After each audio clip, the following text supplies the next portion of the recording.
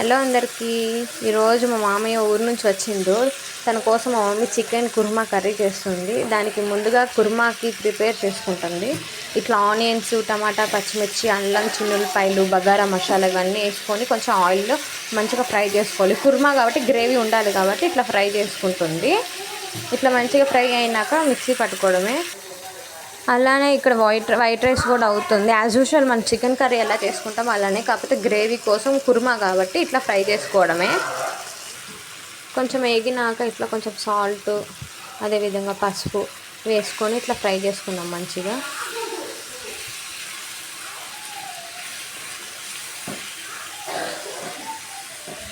సాలుకుంటే తర్వాత వేసుకోవచ్చు, కుర్మా కాబట్టి జస్ట్ కొంచెం వేసుకొని మిక్సీ పట్టుకోవడమే. తర్వాత కర్రీ ప్రిపేర్ చేసేటప్పుడు దాంట్లోనే వేసుకోవచ్చు.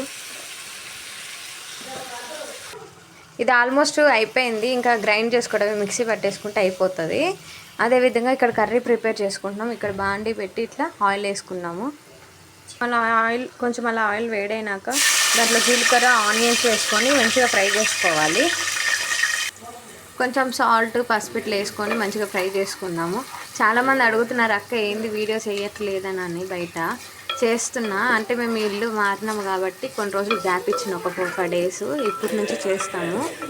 ఇట్లా మంచిగా ఫ్రై అయినాక చికెన్ కడిగి పెట్టుకున్నాం కదా, దాన్ని ఇందులో వేసేసుకున్నాము. ఇంకోండి చికెన్ కూడా మంచిగా ఇట్లా వాష్ చేసి పెట్టుకున్నాము. ఇప్పుడు ఈ చికెన్ వేసేసుకుందాం. అది ఫ్రై అయిపోయింది. ఇప్పుడు చికెన్ వేసేసుకున్నాము.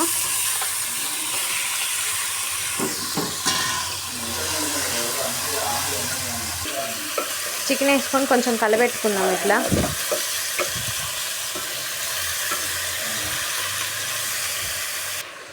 మొత్తం మంచిగా కలబెట్టుకున్నాము. ఇప్పుడు కొంచెంసేపు ఉడకనిద్దాం. ఒక 10 మినిట్స్, ఒక హాఫ్ అన్ అవర్ ఉడికితే చాలు. ఇది కూడా ఇప్పుడు చల్లారిపోయింది. ఇప్పుడు దీన్ని కూడా గ్రైండ్ చేసుకుందాం. ఒక మంచి పేస్ట్లో వస్తుంది కదా గ్రేవీ కోసం. ఇంకా దీన్ని గ్రైండ్ చేసేసుకున్నాము. ఇట్లా కొంచెం మంచిగా కుక్ అయినాక కారం, ధనియా పొడి ఇవన్నీ వేసుకుంటున్నాము. ఇవన్నీ వేసినాక కూడా కొంచెంసేపు ఉడికించిన తర్వాత నెక్స్ట్ పేస్ట్ వేసుకున్నాము. అలానే ధనియాల పొడి కూడా వేస్తున్నా. చూడండి మంచిగా ధనియా పొడి, కారం అన్నీ వేసుకున్నాం. మంచిగా ఫ్రై చేసుకుంటున్నాం. మళ్ళీ ఇంకొంచెంసేపు ఇలాగా ఫ్రై చేసుకోండి. ఇప్పుడు దీంట్లో కారం, ధనియాల పొడి వేసావు కదా మమ్మీ, అల్లం పేస్ట్ వేయరా? ఈ మసాలాలోనే అన్నీ వేసి పెట్టాను. దాంట్లోనే వేసేసావా ఇందాక? ఇది ఇప్పుడు అవసరం లేదుగా. ఏం అవసరం. ఇప్పుడు పేస్ట్ వేసుకుంటుంది మా మమ్మీ. ముందే గుర్తు పెట్టుకోండి, ఆ పేస్ట్ మాత్రం ఎట్లా పట్టుకున్నామో అట్లానే వేయాలి. దాంట్లో వాటర్ వేయద్దు. అది మంచిగా ఫ్రై అయ్యి ఉడికినాక అప్పుడే వాటర్ వేసుకోవాలి, ముందే వేయకూడదు. దాని టేస్ట్, ఫ్లేవర్ మొత్తం మారిపోతుంది. ఇప్పుడు పేస్ట్ వేసుకొని మంచిగా ఫ్రై చేసుకుందాం, కలబెట్టుకుందాము. ఇంక ఇది అయిపోయినట్టన్నా మమ్మీ కర్రీ? లేదమ్మా, ఇది కొంచెం ఫ్రై అయినాక వాటర్ పోయాలి దీంట్లో. అంటే మ్యాక్సిమం ఎంత టైం? 10 నిమిషాలు. ఒక 10 నిమిషాల తర్వాత వాటర్ పోసుకోవాలంట. మీరు కూడా ఇట్లా చికెన్ కుర్మా కర్రీ ఎప్పుడైనా ట్రై చేశారా? చేయండి, చాలా బాగుంటుంది. ఎప్పుడైనా ట్రై చేస్తుంటే కామెంట్ చేయండి నాకు. చూడండి, నేను ఇందాక చెప్పినా కదా, ఒక 10 మినిట్స్ తర్వాత వాటర్ పోసుకోవాలి, అప్పుడే బాగుంటుందని. ఎందుకంటే ఇట్లా ఆయిల్ వచ్చినాక వాటర్ పోస్తేనే బాగుంటుంది. ఇప్పుడు ఒక 10 మినిట్స్ అయింది, ఆయిల్ పైకి వచ్చింది కాబట్టి ఇప్పుడు ఆ కలిపి పెట్టుకున్న మసాలాలో కొంచెం వాటర్ వేసుకొని పోసుకున్నాము కర్రీలో కూడా. ఇలా ఉడుకుతుంది కదా, ఉడికేటప్పుడు స్ప్రింగ్ ఆనియన్స్ వేసుకోవాలి. అసలు టేస్ట్ మొత్తం ఉండేది ఇక్కడనే. ఈ కుర్మాలో స్ప్రింగ్ ఆనియన్స్ వేసుకుంటే మాత్రం సూపర్గా ఉండేది కర్రీ.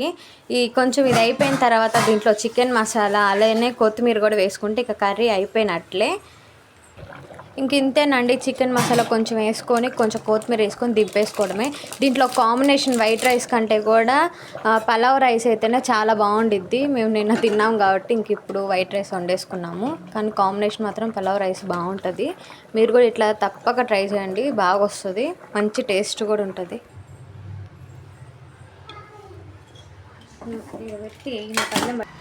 ఇంతేనండి, చాలా సింపుల్గా మీరు కూడా ట్రై చేయండి, బాగా వస్తుంది. అయితే మా మమ్మీ నాకు వేస్తుంది కర్రీ, నేను టేస్ట్ చేసి ఎలా ఉందో చెప్తాను.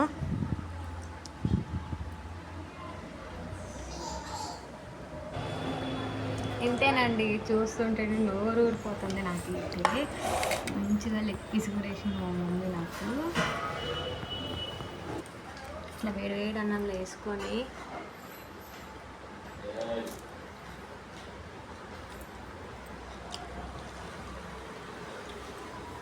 నిజంగా నేను చికెన్ చికెన్ కర్రీ వండినప్పుడు ఎప్పుడు స్ప్రింగ్ ఆనియన్స్ వేయలేదు, అవి వేయడం వల్ల బాగా టేస్ట్ వచ్చింది.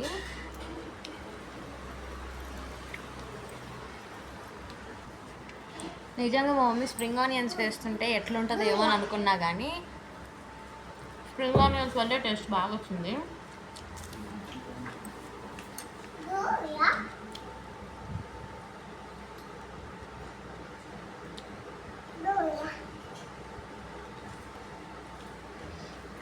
టేస్ట్ అయితే వేరే లెవెల్ అసలు.